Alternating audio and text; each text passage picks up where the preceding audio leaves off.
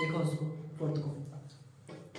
31 मार्च 2022 को समाप्त होने वाले वर्ष में मिस्टर एक्स के निम्नलिखित विनियोग थे। विनियोग मतलब पैसा फंसाना, इन्वेस्ट करना। कहाँ कहाँ पे लोग पैसा लगाए थे वो दिया है इसमें।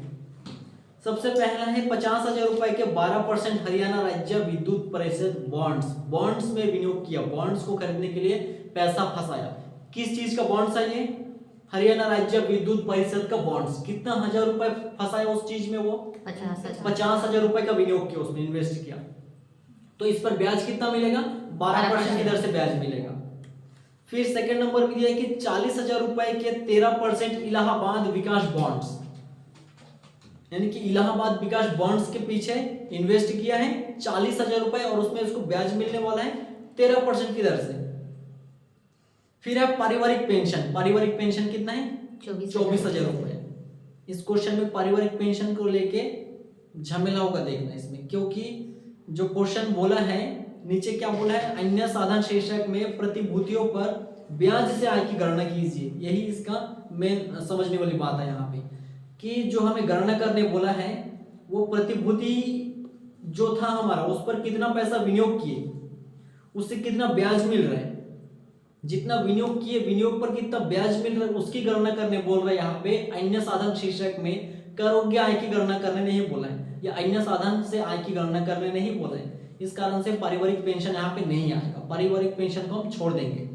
पारिवारिक पेंशन को छोड़ के जो बचेगा, जितने सारे चीज विनियोग किया, जिस जिस जगह पे या जिस चीजों पे विनियोग किया है, अपना बॉन्ड्स में, ऋण पत्र में, अंश में, जिन सारे चीजों में विनियोग किया वही सब का ब्याज यहाँ पे आएगा।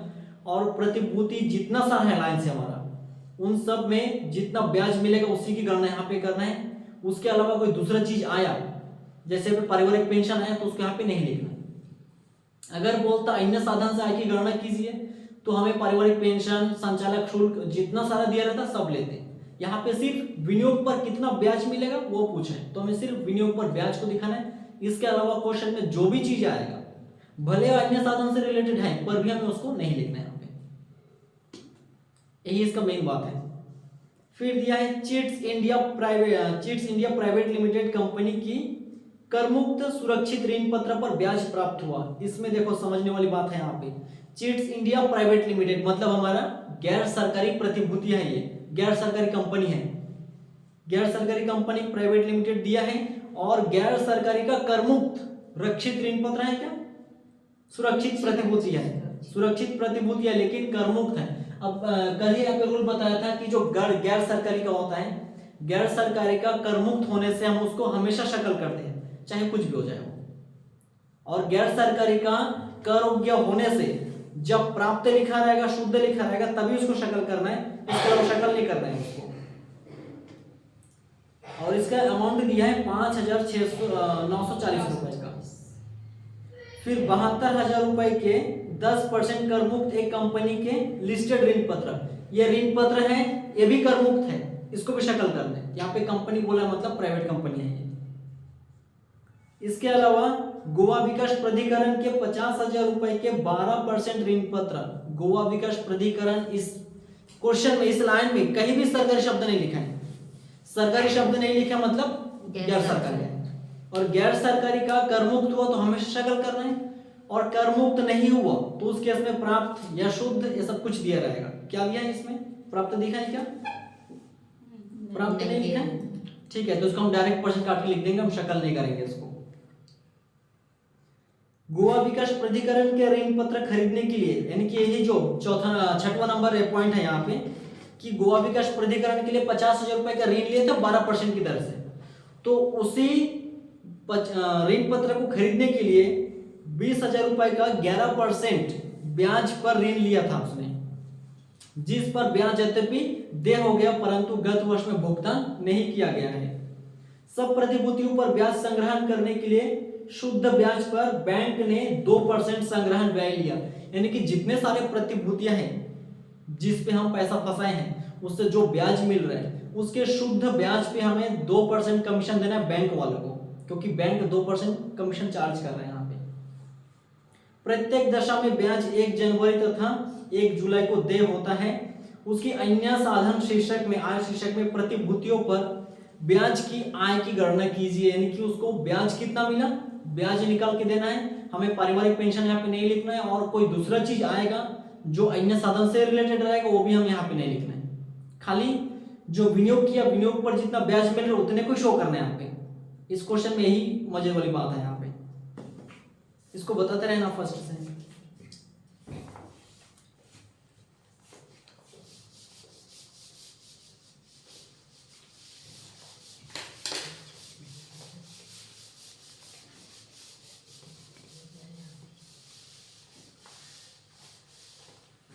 फर्स्ट में क्या है, हरियाणा राज्य विद्युत परिषद बॉन्ड्स,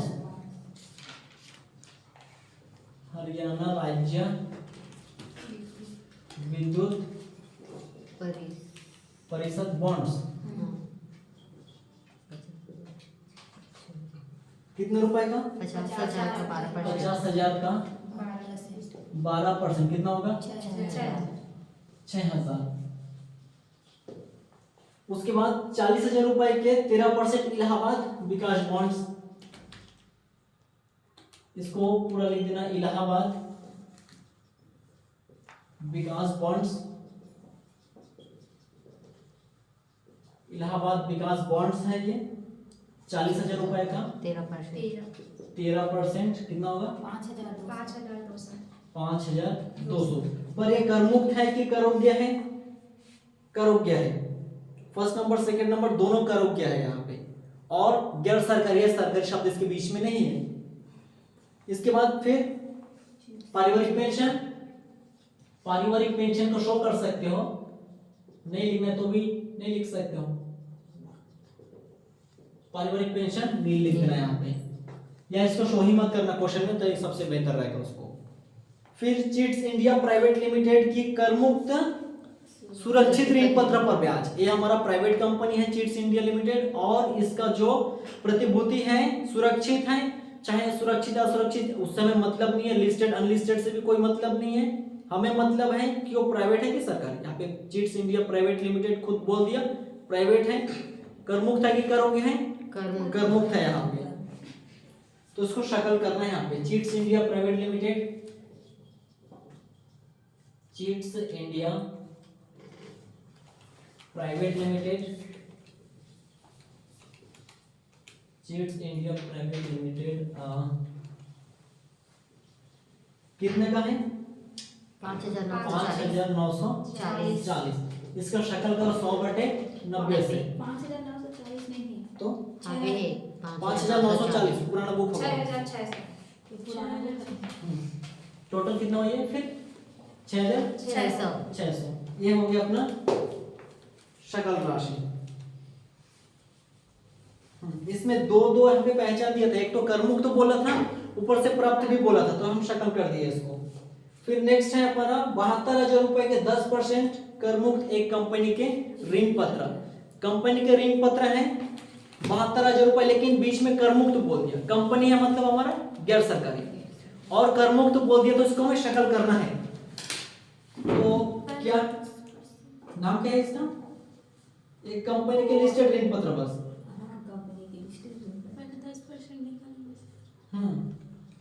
कंपनी के लिस्टेड ऋण पत्र, कंपनी के लिस्टेड ऋण पत्र कितना है 72,000 का 10%, कितना होगा ये 7200। 72, सबसे पहले परसेंट काटना है, जो आंसर आया 7200 इसको शकल करना है, क्योंकि क्वेश्चन में आगे उसमें कर मुक्त लिखा है, तो गैर सरकारी का जब भी कर मुक्त होता है हम शकल करते हैं 100/90 से, इसको शकल करो 100/90 से 8,000 रुपए का। उसके बाद गोवा विकास प्राधिकरण के 50,000 रुपए के 12% ऋण पत्र, गोवा विकास प्राधिकरण हमारा ये इसमें सरकारी शब्द लिखा है क्या कहीं पे, नहीं लिखा है, मतलब गैर सरकारी है। गैर सरकारी का कर हो गया कि कर मुक्त है, गैर सरकारी का कर हो गया कि कर मुक्त है, कुछ नहीं बोला, मतलब कर हो गया है। अब कर हो गया अगर है गैर सरकारी का, तो शकल कब करना है, जब प्राप्त या शुद्ध लिखा रहेगा मिला, तो इसमें कुछ भी नहीं लिखा है, तो हमें डायरेक्ट परसेंट काट के लिख देना है इसमें। तो गोवा विकास प्राधिकरण, गोवा विकास प्राधिकरण के ऋण पत्र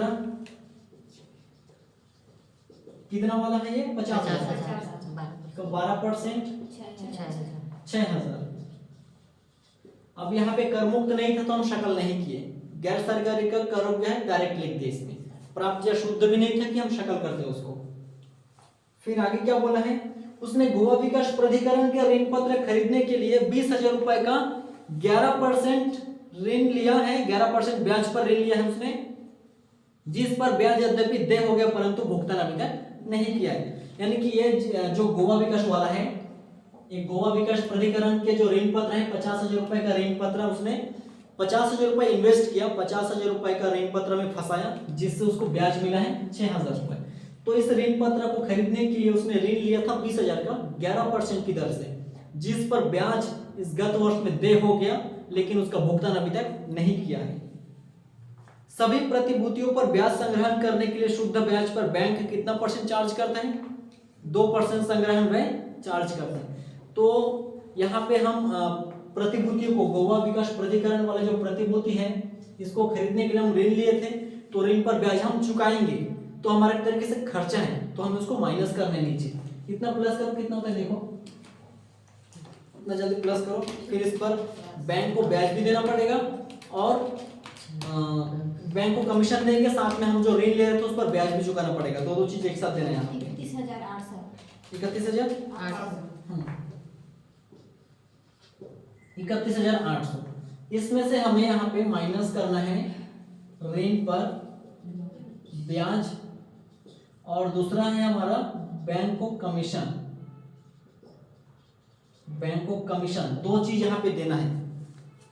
अब यहाँ पे ऋण कितने का लिया था 20,000 का 11% की दर से कितना हो जाएगा 2200 रुपए तो देना यहाँ पे। दूसरा यहाँ पे बैंक को शुद्ध ब्याज पर कमीशन देना है 2% से। अब यहाँ पे मजे वाली बात और है, शुद्ध ब्याज पर बोला है। अब इसमें देखो सबसे पहले हमने यहाँ पे बॉन्ड्स में विनियोग किया 50,000 का जिसमें ब्याज मिला 6,000, फिर दूसरे नंबर में 40,000 का इन्वेस्ट किया हम लोग, पैसा फंसाए, 13% की दर से ब्याज मिला 5,200। फिर यहाँ पे जो भी था हमारा ब्याज मिला था 5,940 रुपए का, कितना राशि इन्वेस्ट किया है वो नहीं दिया है, कितना राशि हम विनियोग किए नहीं दिया है, लेकिन ब्याज दिया था कितना रुपए ब्याज है, तो हम शक्ल कर दिए हैं। शक्ल इसीलिए किया क्योंकि इसमें कर मुक्त या फिर प्राप्त लिखा रहा होगा, इसीलिए शक्ल किए हैं और इसमें से टैक्स कट चुका है। ये शुद्ध राशि दिया था, अब इसको शक्ल करने के लिए हम 100/90 से शक्ल कर दी, इतना रुपए ब्याज का मिला है। उसके बाद वाला में 72,000 रुपए 10% था, कर मुक्त था और 10% था, तो 10% काटने के बाद जो है उसको शक्ल किए 8,000 आया। 50,000 रुपए का 12% 6,000, ये सारे हमारे क्या है ब्याज है। अब जितना सारा हम जहां जहां पे विनियोग किए थे, जिन जिन प्रतिभूतियों पे विनियोग किए थे, सबका ब्याज हमारा लाइन से यहाँ पे हो गया है। अब ये जितने सारे ब्याज हैं, इन ब्याज में कौन सा वाला ब्याज शक्ल है और कौन सा वाला शुद्ध है, यहाँ पे छांटना पड़ेगा अलग से, ये छांटने वाला काम नहीं है यहाँ पे। तो इसमें से कौन सा शुद्ध है कौन सा शक्ल है अलग से छांटना है। जितने सारे शुद्ध ब्याज रहेगा उस शुद्ध ब्याज पर हमें 2% बैंक को कमीशन देना है यहाँ पे। तो इसमें से कौन सा शक्ल है कौन सा शुद्ध है उसको यहाँ पे छांटना पड़ेगा। एक बात है यहाँ पे कि जो प्राइवेट कंपनी वाला ब्याज निकलता है यहाँ पे, जो प्राइवेट कंपनी वाला प्रतिभूति था उसका जो हम परसेंट काट के डायरेक्ट लिख दिए थे वो हमारा शक्ल है यहाँ पे, तो उसको शुद्ध करना पड़ेगा। शुद्ध कैसे करेंगे, जैसे ये वाला था हरियाणा राज्य विद्युत परिषद, यहाँ पे इसमें कहीं भी सरकारी शब्द नहीं लिखा था, मतलब ये गैर सरकारी है। गैर सरकारी का कर मुक्त की कर क्या था, ये कर मुक्त था, कर हो गया था, कुछ नहीं बोले मतलब कर हो गया, तो हम इसको डायरेक्ट परसेंट काट के लिख दिए थे 6,000 रुपए। अब एक चीज याद रखना है कि जो कर योग्य प्रतिभूति होते हैं प्राइवेट कंपनी का, जो कर योग्य प्रतिभूति जो हम डायरेक्ट परसेंट काट के लिख दिया यहाँ पे, ये वाला शक्ल है यहाँ पे। इसको हम शुद्ध करने के लिए देखो यहाँ पे मैं लिख रहा हूँ कि शुद्ध ब्याज, शुद्ध ब्याज लाइन से लिखना है। अब यहाँ पे शुद्ध ब्याज, ये तो शक्ल है, क्यों शक्ल है, क्योंकि प्राइवेट कंपनी का जो ये था बॉन्ड्स था हमारा, उस पे विनियोग किए थे 50,000 रुपए का, जिस पर 12% की दर से ब्याज बना है 6,000 रुपए। ये 6000 रुपए हमारा डायरेक्ट परसेंट काट के ये आ गया है, इसको हम शक्ल करके नहीं लाए यहाँ पे, ये शुद्ध है, इसको सॉरी ये शक्ल है। यहाँ पे प्राइवेट कंपनी का जो डायरेक्ट परसेंट काट के निकलते हैं वो शक्ल रहता है, उसको हमें शुद्ध करना है। शुद्ध करने के लिए क्या करेंगे, 6000 का 90/100 90% काट के लिख देंगे। ऐसा क्यों, क्योंकि 10% तो सरकार टीडीएस के रूप में काट के ले जाते हैं। ठीक है, सरकार टीडीएस के रूप में 10% काट के लेते हैं, इस कारण हमारे पास 90% बच जाता है। जब हम शक्ल करते हैं तो शक्ल करने के लिए क्या करते हैं, 100/90 करते हैं, तो उसी को फिर यहाँ पे प्रतिमान 90/100 कर देना है। यहाँ पे ये चीज मेन है। यहाँ पे कितना हुआ इसका 5400। उसके बाद ये वाला सेकंड नंबर, इलाहाबाद विकास बॉन्ड्स। इलाहाबाद विकास बॉन्ड्स एक गैर सरकारी की सरकारी है। यहाँ पे कुछ नहीं, सरकारी शब्द नहीं है, गैर सरकारी। कर मुक्त या करोगे कुछ बोला है नहीं, करोगे, इसको भी हम डायरेक्ट परसेंट काट के लिख दिए, तो ये भी हमारा क्या राशि है, शकल राशि है। तो हमें शुद्ध करना है। शुद्ध करने के लिए हम 5200 का शुद्ध करेंगे 90/100 से, तो 4680 4680। उसके बाद पारिवारिक पेंशन तो नहीं आएगा, क्योंकि हमें सिर्फ विनियोग पर ब्याज की गणना करना है। चिट्स इंडिया प्राइवेट लिमिटेड, खुद ही प्राइवेट लिमिटेड बोल दिया यहाँ पे, तो हमारा ये प्राइवेट है, गैर सरकारी है। करोग्या की करमुक्त कुछ बोला है यहाँ पे, करमुक्त बोला है वहां पे, मतलब शकल करना है। तो शकल हम करके दिए थे, 6000 आया था। शुद्ध राशि कितना है, 5940 रुपए शुद्ध था, जिसको हम 100/90 से शकल किए और 6600 आया था। तो ये 6600 हमारा क्या है, शकल है। इसको शुद्ध करने के लिए 90% काट सकते हैं ऐसे 90/100 करके, और अगर इसी राशि को उठा के यहाँ पे लिख दोगे तो भी ये सही है, तो भी ये सही है, क्योंकि ये जो हमारा है 90% राशि है। इसका 100% राशि कितना है, 6600। 6600 कैसे आया, इसी शुद्ध राशि को हम शकल किए थे 100/90 करके, तो ये शकल राशि है। शुद्ध राशि तो ये वाला था, तो इसी को उठा कर यहाँ पे लिख सकते हैं। और नहीं लिखना है तो जो शकल आया था आप इसको शुद्ध कर सकते हो, वैसे चाहिए 6600 का 90/100 वही चाहिए। घूम फिर के यहाँ पे हम 100/90 किए थे, तो यहाँ पे हम 90/100 कर जस्ट पलटी मार रहे हैं, यहाँ पे घूम फिर के वही आएगा। तो इसका अगर काटोगे 90% काट के लिखना पड़ेगा, और अगर इसी राशि को उठा के लिखोगे तो भी हम डायरेक्ट लिख सकते हैं, क्योंकि यही राशि आएगा वहां पे घूम फिर के, मतलब एक ही पड़ रहा है यहाँ पे। फिर उसके बाद एक कंपनी लिमिटेड के ऋण पत्र था, ये प्राइवेट था कि अपना सरकारी था, ये सरकारी की गैर सरकारी, 5वां नंबर करमुक्त था। सरकारी की गैर सरकारी, कुछ नहीं बोला, गैर सरकारी करमुक्त दिया, शकल करने। सबसे पहले 72,000 रुपए दिया था, 10% की दर से दिया था, तो हम इसका परसेंट काट के निकाले 7200 आया था। अब करमुक्त दिया था, गैर सरकारी का करमुक्त देने से हम हमेशा शकल करते हैं, नियम है शकल करते हैं, किए थे शकल। तो ये 7200 रुपए जो था हमारा शुद्ध था, इसको हम शकल किए 100/90 से, तब 8000 आए हैं। तो हम इस शुद्ध राशि को हम डायरेक्ट यहाँ पे लिख सकते हैं, या फिर अगर यहाँ से लेंगे तो 8000 का 90% काट दो, मामला वही आ रहा है, 7200 का ही आएगा।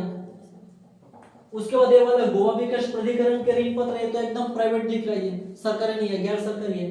करमुक्त है कि करोगे, कुछ बोला है वहां पे, कुछ नहीं बोला, करो क्या है। तो 50,000 का 12% 6000 हम काट के लिख दिए हैं, ये हमारा क्या है, ये शकल है, इसको हमें शुद्ध करना है। तो 6000 का 90/100 करेंगे तो 5400, 5400। ये जितने सारे राशि यहाँ पे निकला है, ये सब के सब शुद्ध राशि है, शुद्ध ब्याज है। ये शुद्ध ब्याज की राशि है पूरा। इन शुद्ध ब्याज को जोड़ो, इन शुद्ध ब्याज पर बैंक को 2% कमीशन देना है। उन शुद्ध ब्याज को जोड़ो पूरा 28,620 28,620 28,620 रुपए, इसमें बैंक को 2% कमीशन देना है। 28,620 का 2% कमीशन देंगे तो 572.4। तो राउंड फिगर नहीं होगा तो 4 को हटा दो, 572 लिख दो। 572 रुपए बैंक को कमीशन देना है। तो तो अब हमारा जो मेन सॉल्यूशन है वो हमारा वर्किंग नोट में जाएगा। ये चीज, ये हमारा शुद्ध राशि की गणना वर्किंग नोट में जाएगा। ये हमारा मेन सॉल्यूशन था। मेन सॉल्यूशन का हम टोटल किए थे 31,800 आया था। उसमें हमें सबसे पहला जो हम ऋण लिए थे गोवा विकास प्राधिकरण को ऋण पत्र खरीदने के लिए ऋण लिए थे 50,000 का, मतलब 50,000 का इन्वेस्ट किए हैं, 50,000 का ऋण पत्र खरीदे हैं हम लोग। उसको खरीदने के लिए 20,000 का लोन लिए थे, उस पर 11% की दर से 2,200 रुपए ब्याज चुकाना है यहाँ पे। और जितना सारे शुद्ध ब्याज है उस पर बैंक को 2% की दर से कमीशन देना है 572 रुपए। अब इन दोनों को मिला के हमें पेमेंट करना है। कितना है ये दोनों के दोनों हमारा खर्चा है 2700 कितना? 2,772 रुपए। अब जरा माइनस करो इसमें से 29,028 29,028 कितना आया है? आया? ठीक है, तो ये अन्य साधन से कर रुपया है, अन्य साधन से कर रुपया है। इस क्वेश्चन में मेन बड़ी बात यहाँ पे शुद्ध ब्याज को अलग से छांटना और उस पर ब्याज निकालना, ये मेन है। चौथा नंबर ऐसे बनेगा, इसके जैसा 27 नंबर बनेगा, 24 नंबर में बनेगा। ये थोड़ा लो क्वालिटी वाला था, 24 नंबर थोड़ा हाई क्वालिटी आएगा, 27 नंबर और थोड़ा ज्यादा हाई क्वालिटी आएगा। इसमें ये 3 क्वेश्चन जिससे बन जाएगा अन्य साधन चैप्टर का, इसके बाद पूरे चैप्टर भर में किसी क्वेश्चन में डाउट नहीं जाएगा, उसमें पूरा बन जाएगा। ये 3 क्वेश्चन मेन है इस चैप्टर में, क्योंकि इसमें ब्याज की गणना करना पड़ता है, कभी शकल ब्याज पर तो कभी शुद्ध ब्याज पर। अगर इस क्वेश्चन में शकल ब्याज पर ब्याज की गणना करने बोलता है, कमीशन की गणना करने बोलता है, तो जितने सारे शकल था उस शकल राशि पर ब्याज की गणना करना पड़ता हमें। लेकिन हमें यहाँ पे क्या बोला था? शुद्ध ब्याज पर। तो इन सभी शकल राशि को हम शुद्ध किए, जो यहाँ पे आया था उस पर ब्याज काटे 2%, 572 रुपए आया था। फिर 572 को मैं यहाँ पे माइनस कर दिया, एक साथ दोनों को जोड़ के यहाँ से माइनस कर दिया यहाँ पे, तो आगे अन्य साधन से आया यहाँ पे। इसमें क्या कुछ समझ नहीं आया? पूछो, कहां से समझ नहीं आया कुछ खास? ऐसा करना पड़ेगा 24 नंबर में भी, 27 नंबर में भी। किसी को कुछ पूछना है? नहीं पूछना है? बढ़िया। इसके बाद कौन सा है?